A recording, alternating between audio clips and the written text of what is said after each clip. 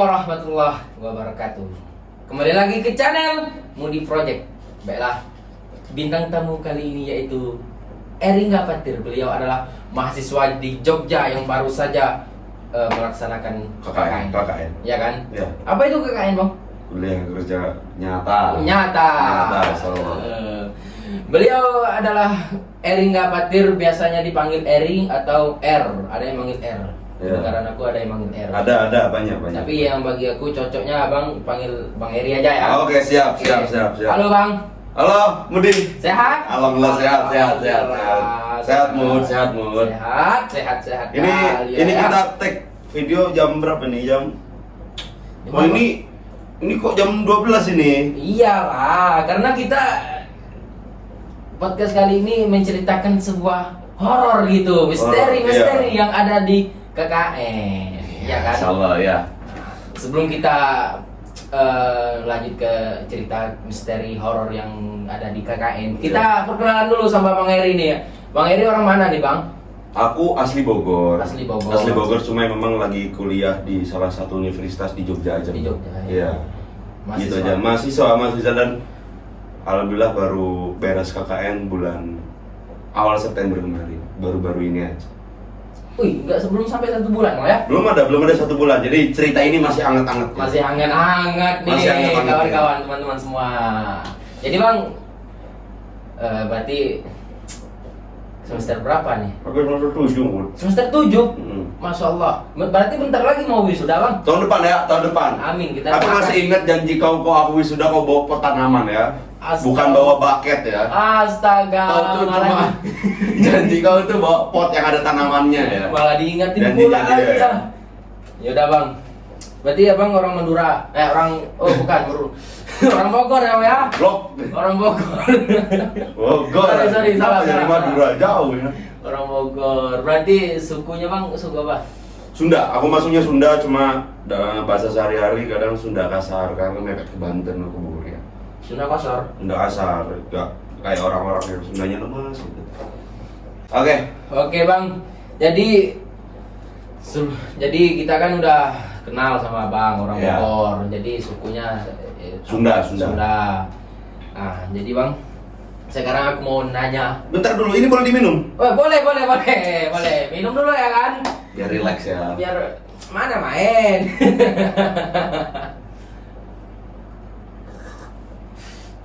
Sebelum cerita agak geser sana dulu, kasihan ini dihimpit dia. Oh iya. Ya, kasihan.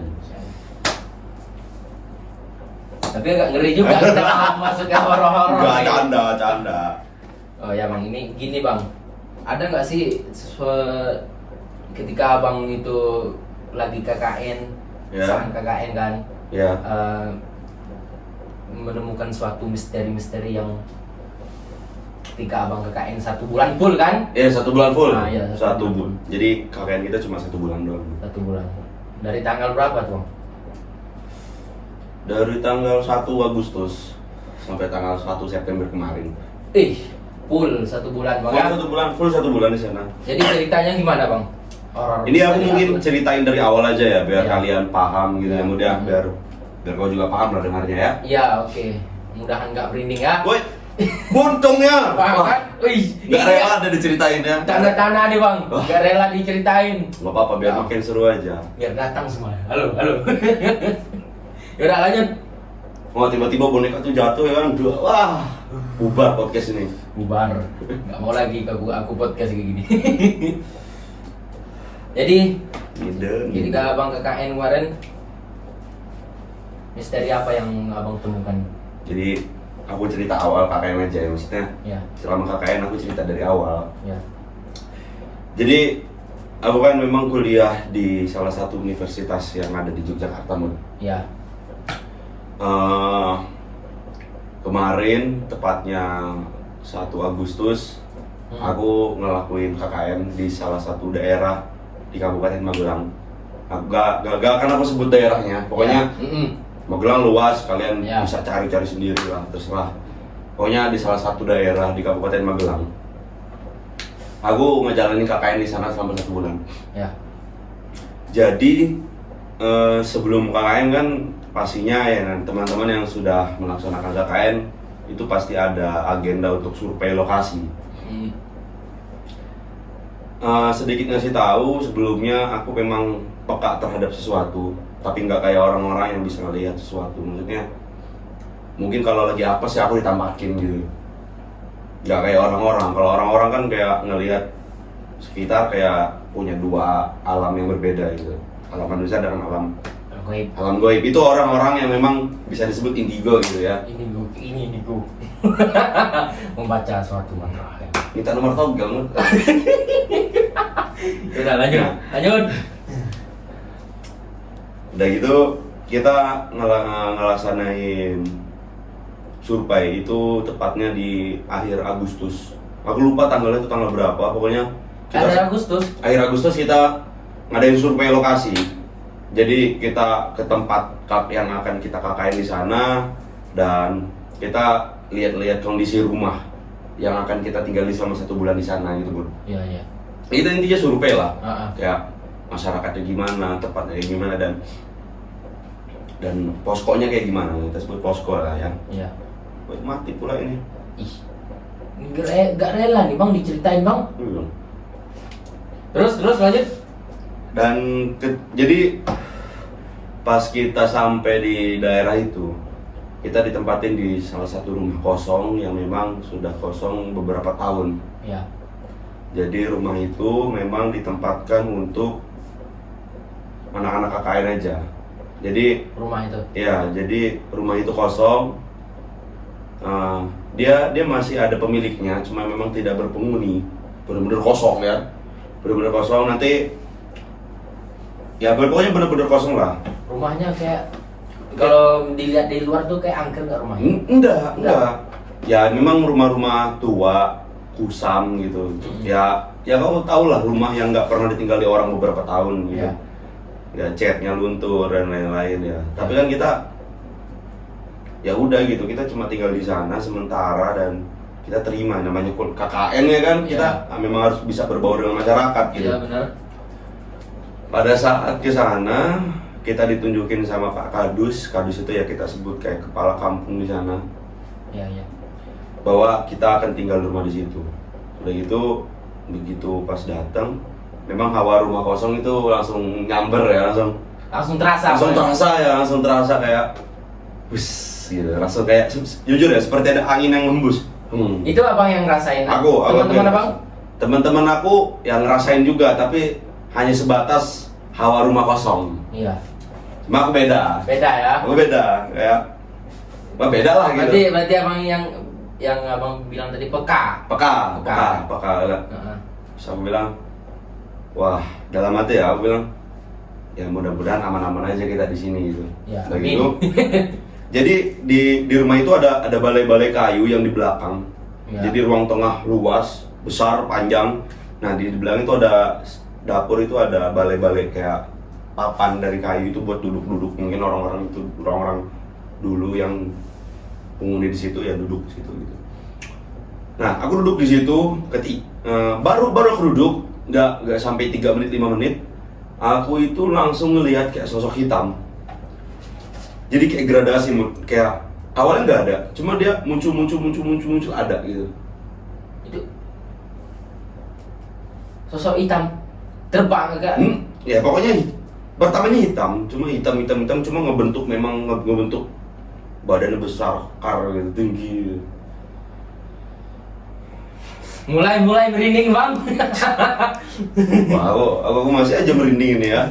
Itu memang serius bang? Aku awalnya kayak, wah sugesti mungkin ya, kayak aku kucek-kucek mata dan aku mencoba untuk kayak aku tatap lah gitu kan. Cuma kok makin jelas gitu, makin jelas ya, kalau bisa disebut dia memiliki taring 2, tapi ke atas taringnya.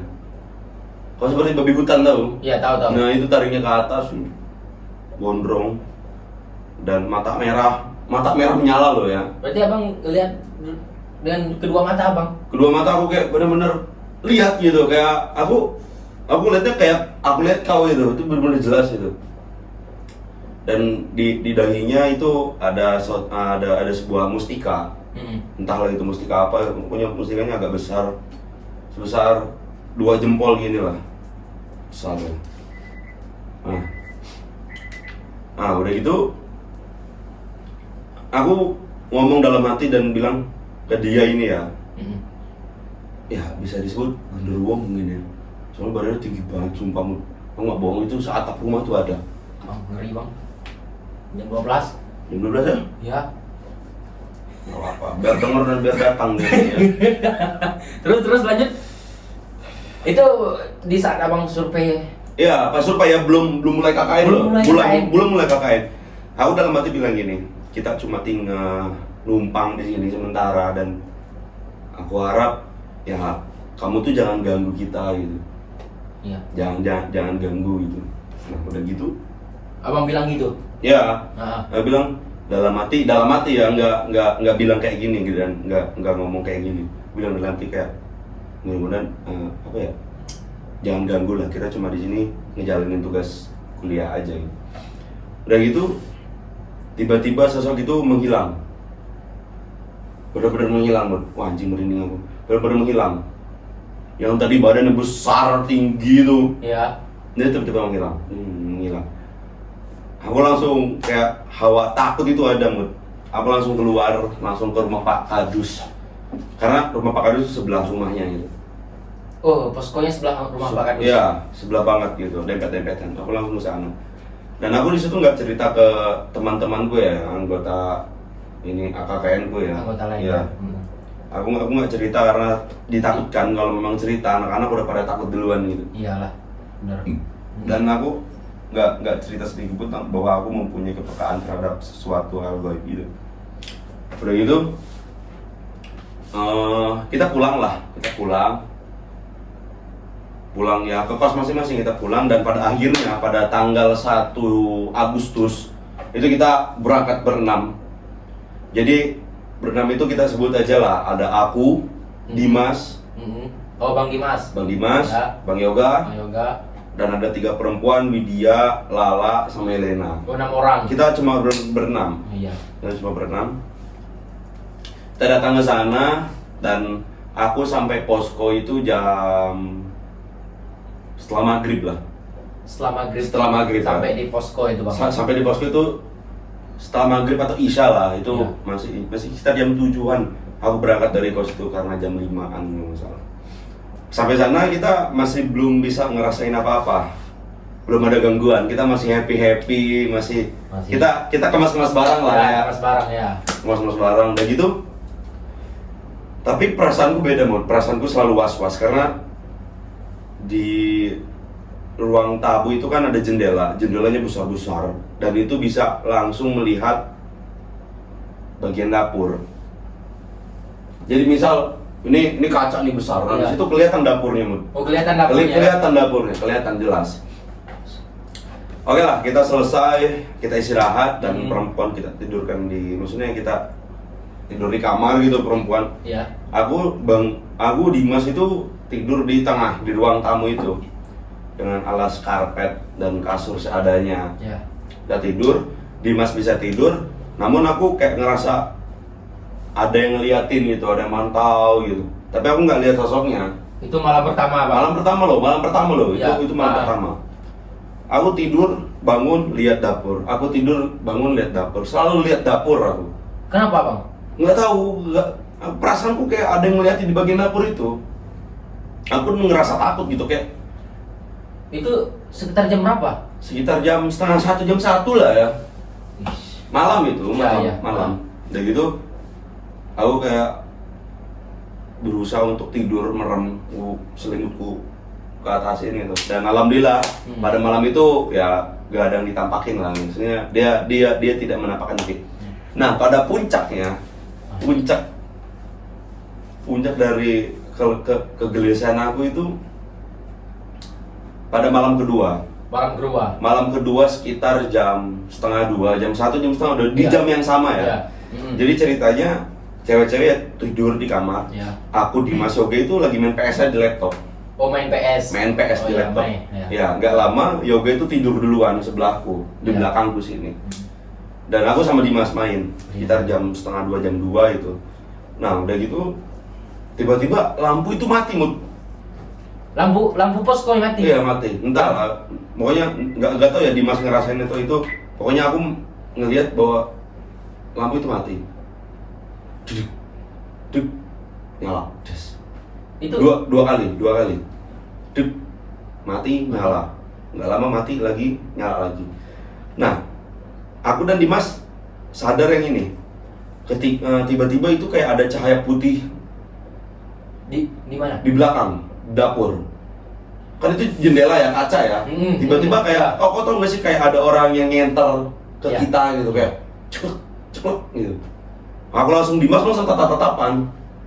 Apa nih? Aku bilang, wah, nggak beres nih. Tapi aku sama Dimas lanjut main PS. Lanjut. Itu 2 kali. Duh. Yang pertama itu ketika Dimas itu ke kamar mandi. Aku antar lah kamar mandi. Nggak lama kayak ada cahaya lewat depan kita yang ya kita cuma berusaha mungkin orang lain gitu loh Ya. yang nyenter dari luar. Nah, kita lanjut main PS, tiba-tiba itu ada suara gerungan. Ada suara gerung, ngeraung kayak serius demi Allah. Gitu. Terus sekali aku langsung tatapan lagi sama Dimas karena ya kita sama-sama denger gitu. Dan yang kedua kalinya kita lagi main PS, tiba-tiba suara itu semakin besar kayak woi, merinding ya, sumpah. Aku langsung sama Dimas, aku bilang, aduh, ini udah nggak beres nih. Ini kita udah diganggu ini. Aku memutuskan bilang Dimas, udah kita udah main PS-nya dan kita tidur gitu. Takut nih keganggu karena kita rame. Iya. Udah tidur, Dimas tuh tidur sebelah aku. Tapi aku sama Dimas belum tidur. Yang sudah tidur cuma yoga. Tidur cuma yoga. Aku sama Dimas belum. Terus terjadi sekitar jam 2-an lah. Jam 2-an. Tiba-tiba badanku tuh ngerasa sesak seperti dihimpit orang. Itu ketika tidur. Iya, aku lagi tiduran, nggak tidur ya, aku tiduran. Tiba-tiba badan kayak pernah nonton konser gak sih, kayak dihimpit orang gitu kayak. Tahu. Tapi langsung ngepres gitu, badanku langsung kayak dipres, langsung gini kan. Nggak bisa bergerak bang. Susah, sakit, sesak kayak orang asma, tau nggak sih lu? Iya tahu. Kayak orang asma. Aku bilang dim, badanku sesak, badanku sakit. Aku bilang. Dimas panik lah, pada saat itu kita nyetel ayat kursi di HP. Cuma nggak ngaruh kayaknya itu. Dim. Pas udah gitu, tiba-tiba nggak tahu kenapa ya, aku langsung lepas gitu, langsung yes, gitu. Dan Berapa menit? 15 menit ada kayak gitu, Mut. Sesaknya itu sumpah kayak dadaku tuh kayak diinjak gitu, kayak sesak gitu. Dan Dimas bilang kalau muka aku pucat, dia bilang putih, pucat gitu. Mungkin karena sesak itu ya. Nggak tahu kenapa tiba-tiba di kuping kanan gua tuh ada bisikan seperti lawan. Apa? Lawan. Nggak tahu kenapa badanku tergerak sendiri untuk bisa ke dapur. Bering kali ya. Jadi di dapur, ini kan pintu kamar mandi. Iya. Gak tau kenapa tangan kanan tuh ngentak. Kan lantai dapur tuh semen plester. Iya tahu. Itu tiba-tiba tanganku gentak gini. Dah. Tapi begitu ngentak, tanganku kayak dihempas gini. Tanganku dan badanku agak sedikit mental gitu. Terus Dimas yang ngelihat itu, karena Dimas diri di sampingku, bener-bener mental dan kayak aku muntah. Aku langsung muntah kamar mandi. Ya. Aku muntah kamar mandi dan muntahnya ini cair gitu, air. Muntah air. Gak ada muntah nasi gitu. Nggak ada. Air dan agak sedikit keruh warna airnya. Nggak hitam tapi keruh. Aku langsung bilang ke Dimas, bangunin semua anak-anak, aku bilang. Aku takutnya karena kejadian itu anak-anak kena gitu. Kayak apa ya? Ya takut mimpinya diburukin atau kesurupan atau apapun lah. Pokoknya pada saat itu nggak tahu kenapa aku langsung kayak bangunin anak-anak. Setelah bangun, kita bikin lingkaran di tengah, kita ngaji sebisanya dan tiba-tiba saudaraku nelpon, Saudara abang. dan dia bilang kunaon katanya, pakai bahasa Sunda. Kunaon tuh kayak kenapa gitu. Iya. Kayak seakan-akan tahu tuh apa yang terjadi denganku gitu. Kunaon. Jam itu sekarang jam malam. Itu malam itu. Saudara abang nanya. Iya, jam 2, jam setengah 3 nah itu. Kok dia tahu? Kok ngapain dia mau nelpon malam-malam? Enggak tahu. Kunaon aku bilang. Dia bilang kenapa? Bilang biasa diganggu. Terus saudaraku bilang kayak gini. Ya. Aku langsung translate bahasa Indonesia aja ya, kayak takutnya terjadi hal-hal yang gak diinginkan, mending pindah rumah. Cuma kan kita agak enak lah pindah rumah baru 2 malam gitu enggak. Dan tapi pada akhirnya kita memutuskan untuk ngungsi dulu ke teras masjid. Kita ngungsi ke teras masjid dan gak tahu kenapa aku pas diri di tangga masjid, kan itu masjidnya depan-depanan posko ya. Iya. Aku melihat rumah itu seperti ada yang duduk di atas genteng. Masih tengah malam, Bang. Masih tengah malam, setengah 3, jam 2 lewat itu udah mulai jam 2, jam setengah 3. Aku ngeliatin aja, wah kok ada yang duduk ini. Yang aku lihat dia badannya seperti kau, cuma kurus, tapi botak gitu. Tapi dia tuh kayak gimana, susah dikasih tau, tapi ada tanduk kecil yang muncul gitu, ngerti nggak sih? Iya. Kayak ada tanduk mungilnya gitu loh. Ya, duduk aja, dia duduknya kayak gini. Wah anjir, merinding aku anjir. Sumpah. Sumpah aku ini aja. Aman. Ini aja. Duduk, aduh aku bilang, kenapa coba dilihatin, aku capek lah kayak cara minum dulu. Iya, minum dulu. Capek lah gitu kayak diliatin gitu. Nah gitu kita telepon Pak Kadus bahwa ya itu telepon, dan ternyata Pak Kadus itu sedang ada di pembibitan karena dia memang berprofesi sebagai petani. Iya. Dan niatnya kita ingin cerita, dan maksudnya malam itu kita numpang tidur di sana gitu, di rumah Pak Kadus itu. Terus? Kita akhirnya bertemu dan lucunya Pak Kadus itu malah cerita memang di rumah itu ada sosok ya, kenapa nggak bilang dari awal gitu ya, cuma anjing. kocak gitu, coba kita tidak bisa menyalahkan, ngapain juga nyalahin, udah terjadi dan kita numpang di sini, kita cuma tamu di situ, cuma cerita lucu aja itu, wow gitu. Dan pada akhirnya kita selama hampir 2 minggu atau 2 minggu kita tidur di rumah Pak Kadus. Jadi setiap malam kita pindah ke rumah Pak Kadus. Tapi kita kegiatan pagi hari sampai sore ya di posko. Iya. Jadi setelah itu memang banyak lagi kejadian yang aku alamin sendiri, dan tapi pengakuan Yoga. Iya. Kenapa dia tidur duluan pada saat kita main PS? Ternyata dia itu, pengakuan dia ya. Iya. Pengakuan dia itu melihat sosok memang seperti ngintip di jendela. Anjing. Sumpah tuh. Pengakuan Yoga ya, Iya. Gak tau deh Yoga, pokoknya kalau nggak salah Yoga bilang kayak gitu, ngintip gitu, gini aja. Makanya dia langsung tidur, mungkin bukan ngantuk dia tidur ya, takut ya mungkin ya jujur aja kalau misal aku yang ngelihat kaget dan anjir gitu, ngapain lu gitu ngintip-ngintip gitu. Itu pengakuan Yoga setelah besoknya. Dan akhirnya kita diskusi sama Dimas, apakah kita terus bakal di sini. Cuma kita nggak mungkin juga ya, gak enak ya. Walaupun Pak Kadus sudah bilang udah di sini aja, di sini, cuma kita sendiri sadar diri lah, kita rame, takut ngeganggu bisa Iya. Dan ya waktu berjalan gitu, anak-anak itu selalu mandi di rumah Pak Kadus. Mandi di rumah Pak Kadus, tapi aku selalu mandi di posko. Nggak tahu kenapa ya, aku selalu mandi di posko. Dan pada saat itu ada satu kejadian di mana aku mandi kalau nggak salah setelah maghrib atau setelah isya, aku lupa itu.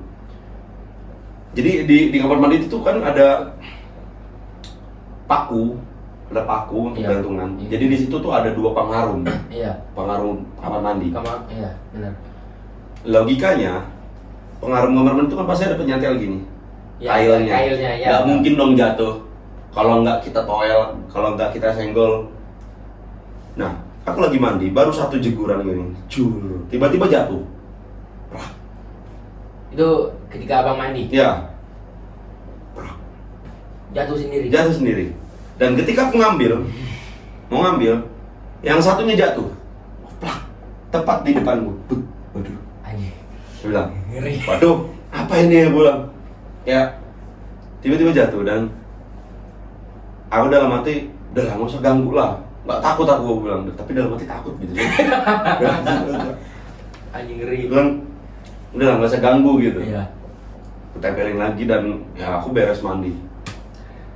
Ada lagi kejadian di besok-besoknya dan itu terjadi pada aku ya, terjadi pada aku.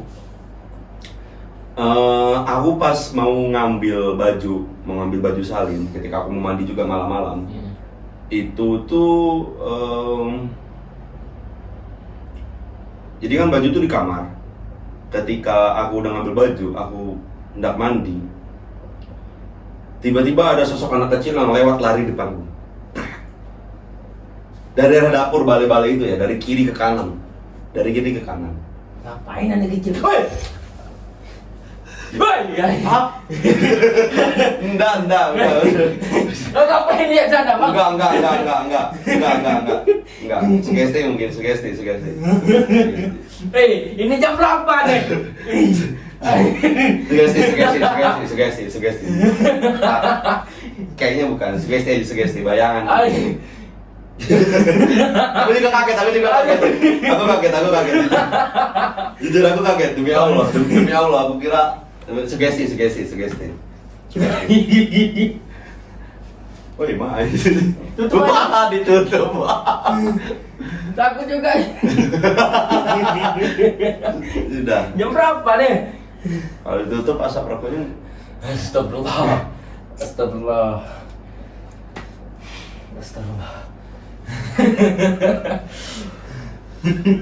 Woi, mak ya, terpanggil kayaknya ya. Astagfirullah ya Allah. Memang mengerikan. Merinding aku mendengar ceritanya.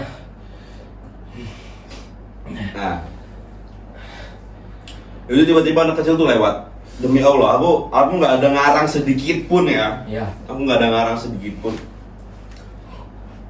Pas begitu aku buka pintu, pas mau mandi setelah ngambil baju salin, itu tiba-tiba lari anak kecil dari kiri ke kanan dan tembus. Di sana kan ada pintu, di kanan itu ada pintu depan. Itu dalam posko bang. Dalam posko sendiri, anak-anak tuh lagi pada di rumah Pak Kadus ya. Aku tuh ngambil baju sendiri. Tiba-tiba Cepat larinya. cepat. Dia tuh pakai kolor dan nggak pakai baju. Anak kecil. Ya, tapi bukan tuyul ya. Tuyul kan botak ini di rambutnya. Ya.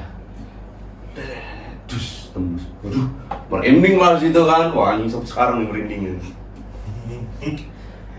Anjing merinding coy, bangsa. Teman-teman, saya mendengar ceritanya sudah merinding.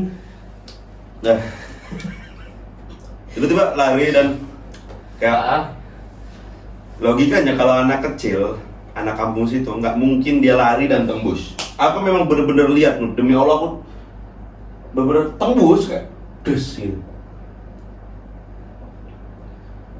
Bener-bener tembus. Nggak tahu ya, entah mungkin pandanganku yang salah lihat, tapi menurutku enggak, itu cuma terserah ya, kalian percaya atau enggak terserah lah. Ini aku cuma cerita pengalaman sama kakak yang di sana gitu. Udah gitu, ya udah aku mandi, ditemenin Dimas di dapur, dia di kompor situ selalu. Ya walaupun aku jarang minta ditemenin Dimas selalu temenin ya wis, temenin lah gitu. Kita ngobrol-ngobrol ya. Iya. Nah gitu, udah itu kayak anjir lah. Aku sempat mikir ya kenapa kayak gini gitu, ini kakakku kayak gini gitu ya.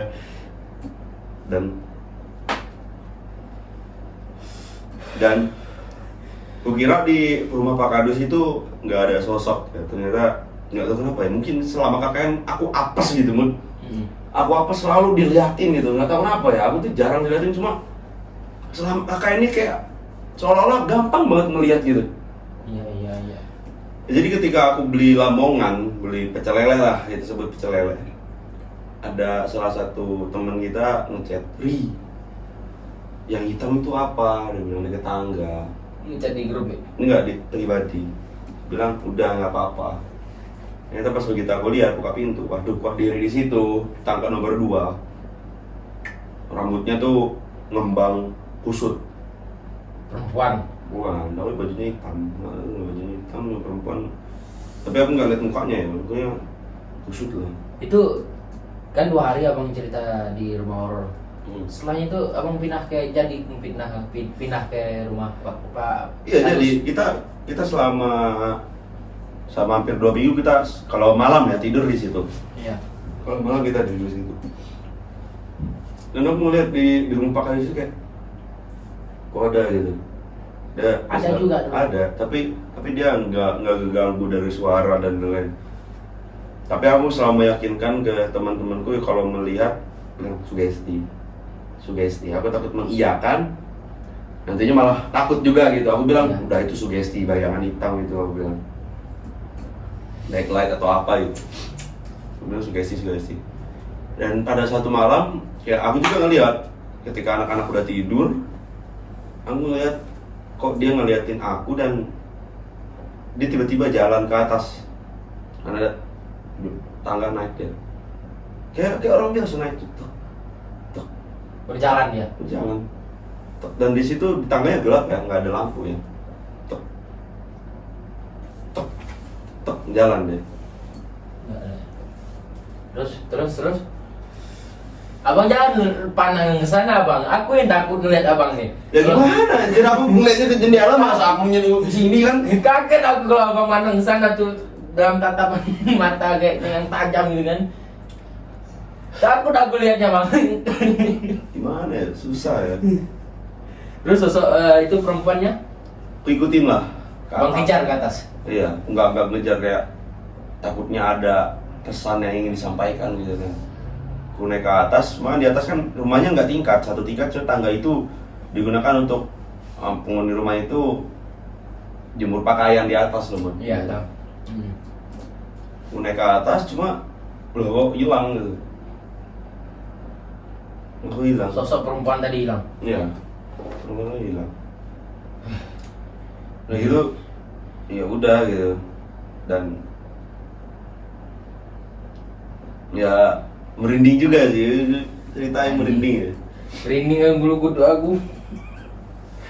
Nih kalau kalian penasaran dengan sosok hitam besar Iya. yang aku lihat pada saat di posko, ini aku kasih gambaran nih. Ada gambarnya, Iya, fotonya. udah. Nah, jadi setelah kalian kemarin aku minta sketsa ke saudara aku untuk di sketsa, digambar bentuknya kayak mana. Ini ada nanti ada di video ini. Itu Mut. Jadi terus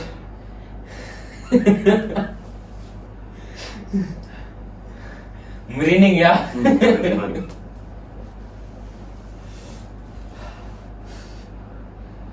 Setelah itu kejadian apa lagi?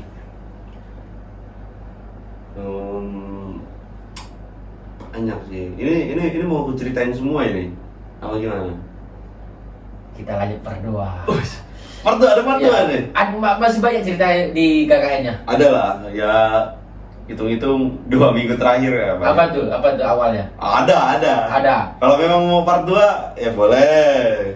Ya, kita lanjut part 2 ya. Part 2? Ya, lanjut part 2 lah. Oke. Teman-teman dan saudara-saudaraku yang lagi menonton video ini, yang kepo dengan cerita-cerita abang ini yang setelah waktu dia KKN, misteri-misteri apa aja kan, kita udah mendengarin separuh, kita beneran ini aja udah seram, aku aja kaget tadi anjing. Enggak, sugesti kayaknya itu. Sugesti dari situ. Beneran kaget betul lah aku. Mungkin bayangan, sugesti lah, bukan apa-apa. Udah teman-teman, kita lanjut part 2 ya. Itu aja dari part 1 misteri ini aja udah sangat horor, apalagi part 2 nya nanti, Bang. Insya Allah ya. Banyak. Ya udah, sekian dari saya. Assalamualaikum warahmatullahi wabarakatuh. Waalaikumsalam warahmatullahi wabarakatuh.